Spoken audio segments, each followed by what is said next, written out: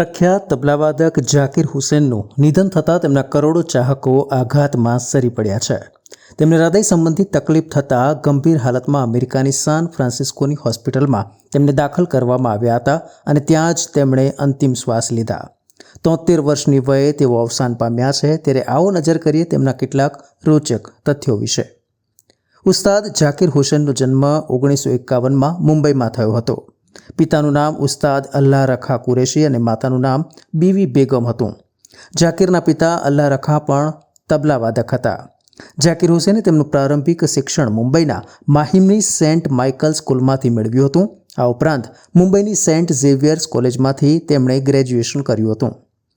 ભારત સરકાર તરફથી ઝાકિર હુસેનને વિવિધ પદ્મ પુરસ્કારોથી સન્માનિત કરવામાં આવ્યા છે. ઝાકિર હુસેનનું નામ આખી દુનિયામાં પ્રખ્યાત છે અને ભારત સહિત અનેક દેશોમાં તેમના કરોડો ચાહકો છે. તેઓ વિશ્વના મહાન તબલાવાદકોમાંના એક ગણાય છે. ભારતીય શાસ્ત્રીય સંગીતમાં તેમનું યોગદાન ઘણું મોટું છે. ઝાકિર હુસેનને ભારતીય શાસ્ત્રીય સંગીતના વૈશ્વિક એમ્બેસેડર તરીકે પણ ઓળખવામાં આવે છે. જ્યારે તેમને 1999માં US national endowment for the arts દ્વારા નેશનલ હેરિટેજ ફેલોશિપ એનાયત કરવામાં આવી હતી. ઝાકિર હુસેન છેલ્લા 40 વર્ષથી અમેરિકામાં સાન ફ્રાન્સિસ્કોમાં રહેતા હતા.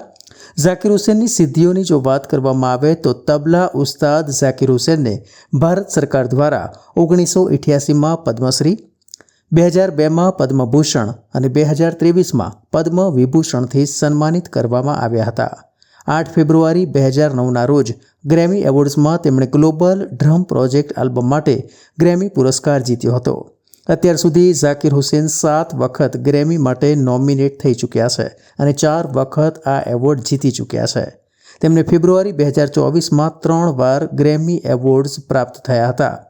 ઝાકિર હુસેનનું અમેરિકામાં પણ સન્માન કરવામાં આવ્યું હતું. વર્ષ 2016માં ભૂતપૂર્વ યુએસ પ્રમુખ બરાક ઓબામાએ તેમને ઓલ સ્ટાર ગ્લોબલ કોન્સર્ટમાં ભાગ લેવા માટે વ્હાઇટ હાઉસમાં આમંત્રણ આપ્યું હતું.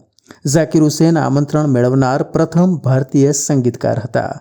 ઉસ્તાદ ઝાકિર હુસેનને ભાવભીની અંજલિ.